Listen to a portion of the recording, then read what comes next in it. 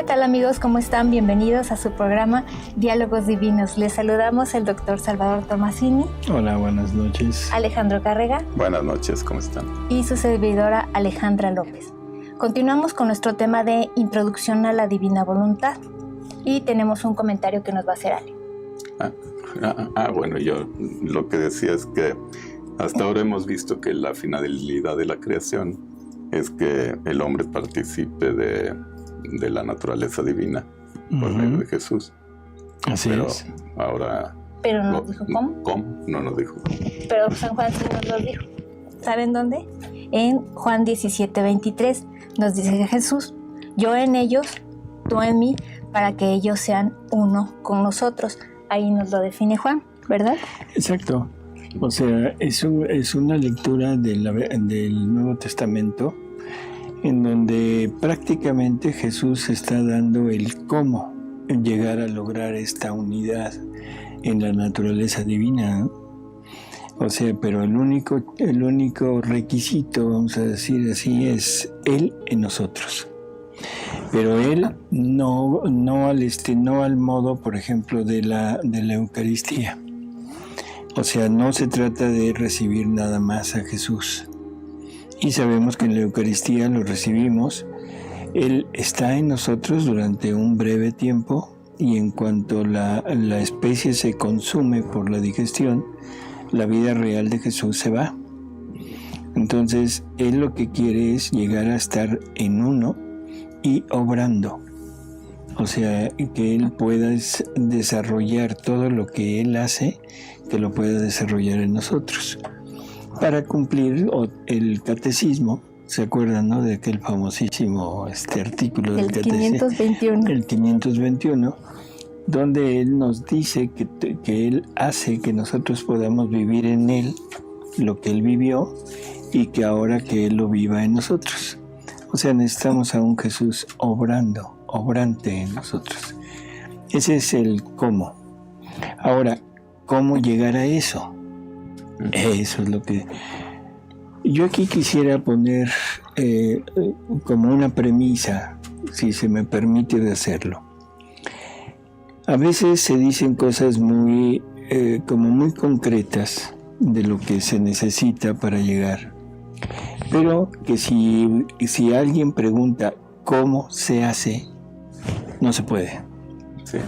No hay forma de poder decir cómo llegar a hacer algo, ¿sí? Por ejemplo, este Jesús que venga obrante en nosotros, bueno, ¿cómo le hago? Podemos decir que con la disposición, con el conocimiento, con el amor, en fin. Pero si se pregunta, bueno, ¿y qué necesito hacer? Ahí sí ya, definitivamente no hay forma de poderlo contestar. Esto se va a ir dando poco a poco a través de la lectura y sobre todo a través de ese ensimismarnos en el conocimiento. Porque también es Jesús, ¿no? Perdón. El que nos dice: yo soy el maestro, yo soy el guía, yo soy el que los voy a ir Así llevando es. de la mano.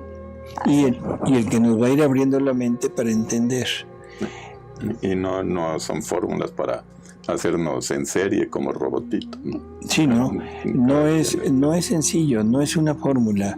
Por ejemplo, el destruye tu propio yo. Y alguien dice, bueno, ¿y cómo le hago? Pues no sé. O sea, eso es Jesús quien va a ir poco a poco llevándonos de la mano para ir diciendo, mira, esto es lo que va a pasar. Pero sobre todo cuando nos vaya abriendo nuestra inteligencia para ir entendiendo lo que nos está diciendo e irlo practicando, porque de eso se trata. La vida en la divina voluntad no es nada más conocimiento. O sea, el conocimiento intelectual es algo que es necesario, pero ese conocimiento intelectual debe pasar como vida a nuestra voluntad. Si no pasa como vida, en definitiva no hay forma de poderlo llevar a cabo, ¿no? Y siempre será fugaz. Un pensamiento no lo puedo mantener durante todo el tiempo. Mi mente continuamente está generando nuevos pensamientos y sobre todo me voy ocupando de cosas diferentes. Por eso es que si el conocimiento de la divina voluntad lo tengo en mi mente, definitivamente no me sirve. De mi mente lo tengo que pasar a mi voluntad como vida, y entonces, aunque no esté yo pensando en eso, pero se está llevando a cabo en todas mis obras, aunque no lo tenga consciente. Así que bueno, pues vamos a empezar, vamos a seguir este itinerario de Luisa. Esto es lo que Jesús le va diciendo a Luisa, que la va llevando de la mano. Y bueno, nosotros somos seguidores de Luisa y por lo tanto tenemos que seguir el mismo camino, aunque no con la misma finalidad. Ella era para ser cabeza de misión, nosotros para entrar a vivir nada más en este reino. Vamos a leer el volumen 17, la lectura 1 en el párrafo 6, de junio 10 de 1924. Aquí Jesús le dice a Luisa: hija mía, el vivir en mi querer es muy diferente de las otras santidades, y por eso hasta ahora no se ha encontrado el modo ni las verdades, ni las verdaderas enseñanzas del vivir en él. Se puede decir que las demás santidades son las sombras de mi vida divina. En cambio, esta es la fuente de la vida divina. Esto es muy interesante, ¿no? Todas las santidades que ha habido hasta ahora, no importa de quién el nombre, son sombras de su vida divina. Yo diría son imitación de su vida. O sea, el hombre la virtud la toma a imitación de lo que hace él, ¿sí? Y lo toma también, o sea, desde el punto de vista de los mandamientos, tratando de cumplir los mandamientos, es la virtud que va adquiriendo. Así que todas las entidades anteriores son sombras. Y creo que todo el mundo entiende que de una sombra a una realidad es totalmente diferente. Sí, para empezar, una sombra no tiene vida. Bueno, no tiene la vida de la persona, pero ella no tiene vida, ¿no? Sí, bueno, como hablamos de vida divina, pues ahí se puede entender. Así es. El tipo de vida que tiene una sombra. Así es. Así que bueno, pues vamos a ver qué es lo que no es la sombra, qué es lo que produce la sombra, ¿no? Y le sigue diciendo: por eso sea atenta en los ejercicios del vivir en mi querer. No, pero repite lo hija mía, el vivir. No, lo que sigue, porque dice, en cambio esta, o sea, la vida divina, es la fuente. Es la fuente de la vida divina. O sea, el vivir en la divina voluntad, la divina voluntad es la fuente de la vida divina. ¿Cómo podríamos interpretar esto? De ahí salen todas las demás santidades, generadora de las demás santidades. Así es. O sea, todos los santos que han pasado en la historia han salido de la vida divina, de la voluntad divina. Pero sobre todo, ahora, la vida divina, lo que consideramos como vida de Dios, sale de la divina voluntad. Entonces el alma que vive en la divina voluntad va a ser la generadora de la santidad de los santos que conocemos hasta ahora. Sí. O sea, definitivamente sí, pero sobre todo tienes la fuente de la vida divina, por lo tanto tu vida es vida divina. Es la misma vida de Dios. Esto hay que tomarlo con cuidado, ¿no?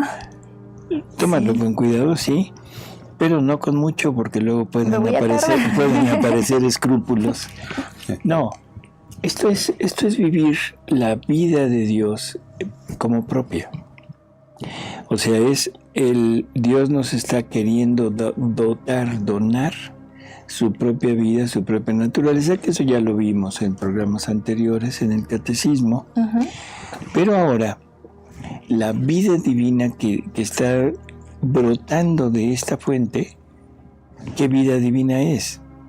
Es Jesús. Y ese Jesús, al yo tener la divina voluntad en mí, lo que está brotando es un Jesús para mí. O sea, la vida de Jesús en mí, que esa es la vida divina que nos quiere dotar. ¿Sí? Sí, hay que pensarlo. A ver, seguimos. Dice, por eso sé atenta en los ejercicios del vivir en mi querer, a fin de que de ti pueda salir el verdadero modo y las enseñanzas exactas y precisas, para que quien queriendo vivir en él pueda encontrar no la sombra, sino la verdadera santidad de la vida divina. Listo. Algo que es conveniente el puntualizar. O sea, lo que dice aquí, sé atenta en los ejercicios del vivir en mi querer, a fin de que de ti, Luisa Picarreta, salga el verdadero modo y las enseñanzas exactas para vivir en este ambiente. ¿Sí? O sea, que por lo antes de tanto, Luisa no hubo. Antes de Luisa no existe. Okay. ¿Algún santo que haya vivido en la divina voluntad? Ninguno. ¿Todos hemos vivido, todos hemos vivido en la divina voluntad? Sí. ¿Por qué? Porque fuera de la divina voluntad no hay nada. O sea, ella encierra el todo. Pero cada quien ha tomado hasta donde conoce. Entonces, todos los santos, por ejemplo, del Antiguo Testamento, tomaron hasta donde conocían. Viene Jesús, lleva a cabo la redención, nos deja la iglesia, nos deja los sacramentos, nos deja el ejemplo de su vida, y ahora todos los santos que ha habido desde Jesús hasta la fecha han tomado un poco más, porque han conocido más que lo que conocían los del Antiguo Testamento. Pero ellos, al igual que ellos conocieron mucho más que lo que conocieron los del Antiguo, ahora Jesús nos quiere poner en el punto de que conozcamos infinitamente más que lo que conocieron todos los santos. Y tengamos más material, digamos, más, pues podamos poseer la fuente. Ellos Así no es. podían poseer eso. Así es. Y esto simplemente me lleva al recuerdo de María de Montfort, de Grignon de Montfort, en su tratado de la verdadera devoción a la Virgen, ¿no? Cuando él habla de los apóstoles, de los santos, de los últimos tiempos, él hace una comparación enorme, porque dice que serán santidades nunca vistas, increíblemente grandes, que será como comparar los cedros del Líbano con las pequeñas hierbas. O sea, los cedros del Líbano son las santidades de esos últimos tiempos. No sabía nada de la divina voluntad, pero él ya preveía esa diferencia, ¿no? Y la santidad humana es la pequeña hierba. Así que bienaventurado aquel que logre llegar a esta santidad, y que vale la pena quizá el esforzarnos por llegar. Y eso de quizá es Sí, relativo. porque nos espanta, porque cuando exponemos es que hay que llegar a la santidad, todo el mundo piensa, no, espérate, pero ¿cómo le voy a hacer? Como por ejemplo San Francisco, la pobreza. No creo que se me dé la pobreza. Bueno, Madre Teresa, no, tampoco creo que se me dé. No se me da. Comparamos con esas Los santidades. mártires. No, yo menos. le tengo miedo a los leones. Sí, Así es. y es una santidad diferente totalmente a la que ya conocemos. Así es. Que eso es lo que dijo al principio, ¿no? En la lectura. Ujú. Bueno, seguimos. Así que... bueno, ya terminó esa parte. Sí, esa parte ya. Bueno, con esto podemos ya empezar realmente, o sea, ya tenemos esta noción. Ahora vamos a empezar prácticamente con las metas que Jesús tiene sobre nosotros. Jesús le da a Luisa una idea de lo que Él quiere hacer con ella, pero debemos entender que eso es todo lo que quiere hacer con nosotros, ¿sí? Como repetidores de Luisa, como copias fotostáticas de Luisa, ¿no? Y entonces viene la lectura 373 de mayo 21, 1900. Y dice Jesús: hija mía, ¿sabes cuál es mi mira sobre ti y el estado que quiero de ti?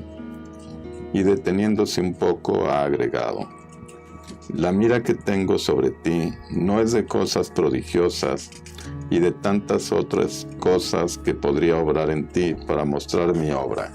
A ver, ¿qué dijo? Era algo diferente. Sí, pero ¿qué dijo? Que no tiene que hacer cosas prodigiosas. Sí, ¿y cuáles son? Milagros. Ese es el punto. Grandes actos. Todos los santos que ha habido hasta ahora se han distinguido por obras prodigiosas. Milagros, obras, cosas, curaciones, han resucitado incluso muertos. En fin, estigmas en las almas víctimas. Todas han tenido algo en especial que las ha distinguido de los demás. A eso es a lo que se está refiriendo. Jesús no quiere hacer eso en Luisa, no quiere presentarla ante el mundo como alguien donde se manifiesta algo externo, ¿sí? Entonces no quiere eso, más de lo mismo, exactamente. Entonces vamos a ver qué es lo que quiere. Y de tantas otras cosas que podría obrar en ti para mostrar mi obra, sino que mi mira es absorberte en mi voluntad y hacerte una sola cosa con ella, y hacer de ti un ejemplar perfecto de uniformidad de tu querer con el mío. Este es el estado más sublime, es el prodigio más grande, es el milagro de los milagros, lo que de ti quiero hacer. Eso es lo que Jesús quiere de nosotros, llegar a ser una perfecta imagen de Él. Y cosa curiosa, desde que nació hasta que murió. ¿Sí? O sea, ¿qué es lo que quiere? Una vida divina de Él en nosotros. Se dice sencillo. Sí, ¿verdad?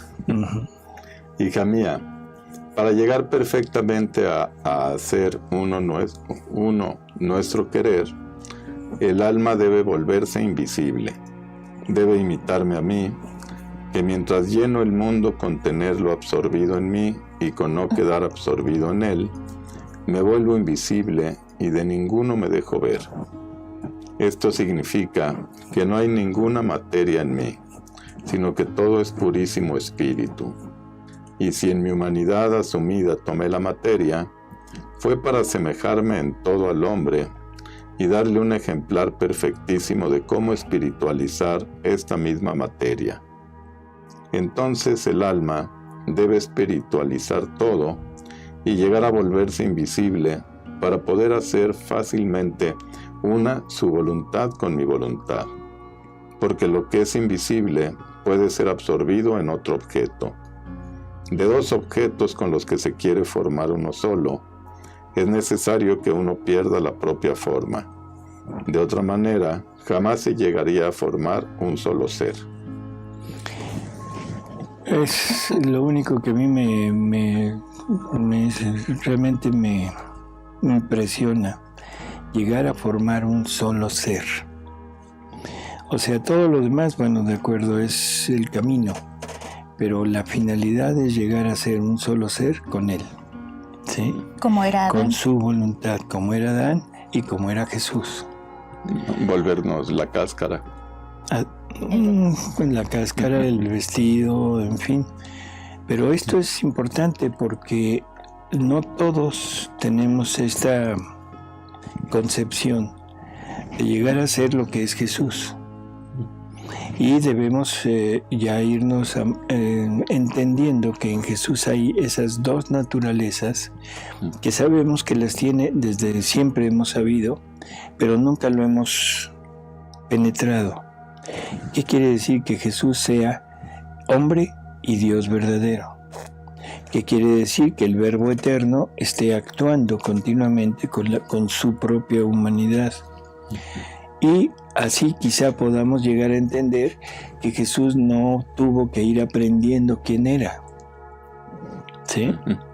Así quizá podamos entender que Jesús no llevaba una vida como la llevaban cualquiera de persona de su edad, como sus primos. O sea, ¿sí? Así que tenemos que conceptualizar que la divinidad le compartía a su humanidad todo lo que ella era y formaban un solo ser, que es la persona de el Verbo eterno encarnado. No es la persona de Jesús, sino es la persona del Verbo eterno. Esa misma fusión es la que quiere hacer con Luisa y es la que desea que nosotros lleguemos a tener, ¿no? ¿Qué fortuna sería la tuya si destruyéndote a ti misma hasta hacerte invisible, pudieras recibir una forma toda divina? Es más, tú con quedar absorbida en mí y yo en ti, formando un solo ser, vendrías a retener en ti la fuente divina. Y como mi voluntad contiene todo el bien que puede existir, vendrías a retener todos los bienes, todos los dones, todas las gracias, y no tendrías que buscarlos en otra parte, sino en ti misma.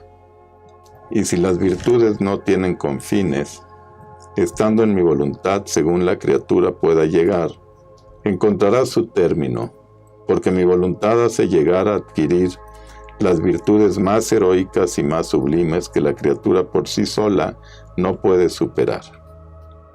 Es tanta la altura de la perfección del alma deshecha en mi querer, que llega a obrar como Dios.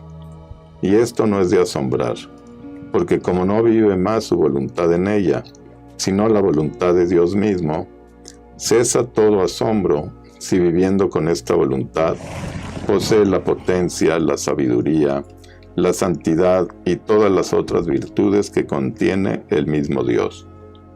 Basta decirte, para hacer que tú te enamores y cooperes cuanto puedas por parte tuya, para llegar a tanto, que el alma que llega a vivir solo de mi querer es reina de todas las reinas, y su trono es tan alto que llega hasta el trono del Eterno, y entra en los secretos de la augustísima Trinidad, y participa en el amor recíproco del Padre, del Hijo y del Espíritu Santo. Oh, como todos los ángeles y santos la honran, los hombres la admiran y los demonios la temen, descubriendo en ella al ser divino. Bueno, en este párrafo hay cantidad de cosas que podríamos comentar, pero vamos a centrarnos en lo que a mí más me llama la atención. No sé si ustedes quieren comentar otra cosa, pero es primero la reina de las reinas. O sea, recordemos que para el reinado de Jesús en la tierra, Él quiere ser rey de reyes, no rey de súbditos. Sí. Por lo tanto, o sea, el hombre llegando a poseer esta santidad, se convierte en rey, se convierte en un verdadero rey para que Jesús pueda tener su reino en un rey, ¿sí? Rey de reyes, primera cosa.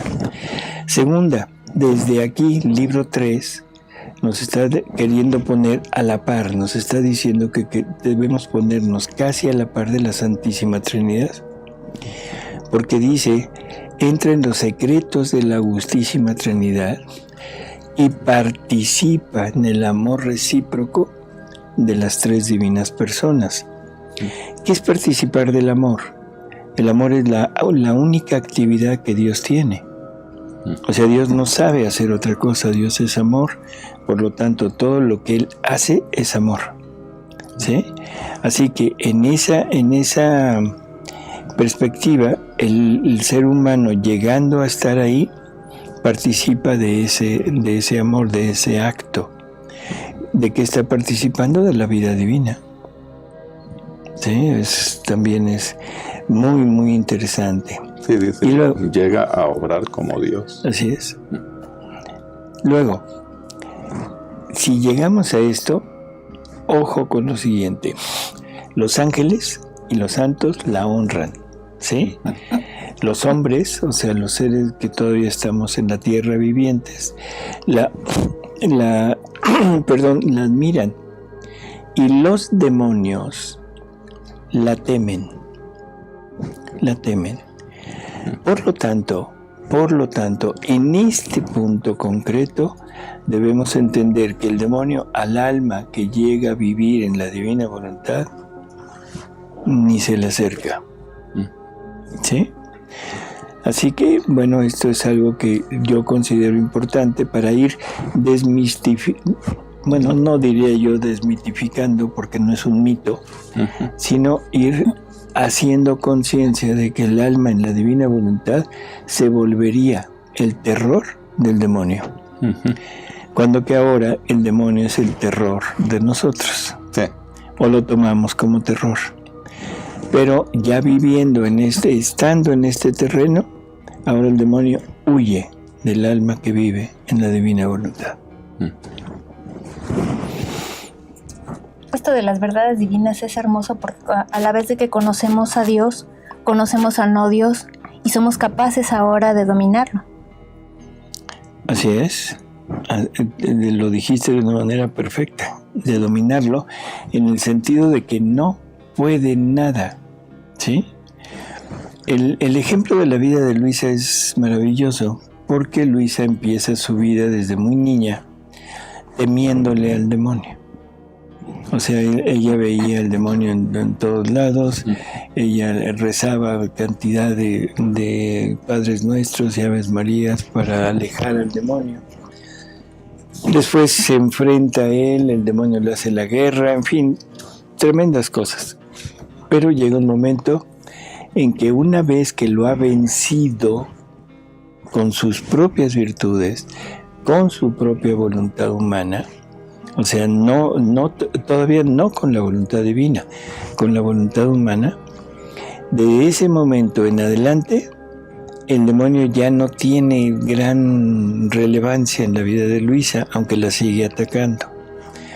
Poco a poco, conforme Luisa va creciendo en este ambiente, el demonio cada vez es menos nombrado y menos se le acerca. Pero al final, Luisa destruye al demonio. O sea, en una ocasión está Luisa con Jesús y Luisa ven que el demonio está haciendo estragos en alguna región. Y entonces Jesús le dice, ve y destrúyelo, ve y aléjalo. Y llega Luisa y dice, llegaba, se me ponía encima de él y ¡pum!, desaparecía. Así que esta es la transformación de la voluntad humana en la voluntad divina, de la santidad humana a la santidad divina. Aún esto que en la actualidad nos aterra, ahora se vuelve el que ahuyenta, el que espanta, el que aleja al demonio. Entonces ahora ya Jesús la va a ir guiando, ¿verdad?, a Luisa. ¿Cómo hacer para que viva ella esta doctrina de la divina voluntad? Así es. O sea, ya con esta idea de qué es lo que quiere hacer, vamos a entrar de lleno a la enseñanza de Jesús, ¿no? Uh-huh. Es una enseñanza que yo pienso que la mayor parte de las personas que conocen algo de Luisa, o sea, lo han leído, porque todo está en el libro 1. Pero prácticamente el libro 1 es el ABC para llegar a vivir en la divina voluntad. Toda persona que no lleve a cabo el libro 1 como vida, todo lo demás, por muy fascinante que sea, por muy grande que sea, nunca entrará en la divina voluntad. Es la llave para entrar, es los requisitos sine qua non para poder llegar a vivir esto. Así que el libro 1 se debería de volver como un libro de cabecera, porque continuamente estamos fallando en nuestro camino, ¿sí? Así que este debería ser el recordatorio de siempre. Se podría llamar el manual de instalación del reino. El manual de instalación del reino, exactamente. Vamos a empezar.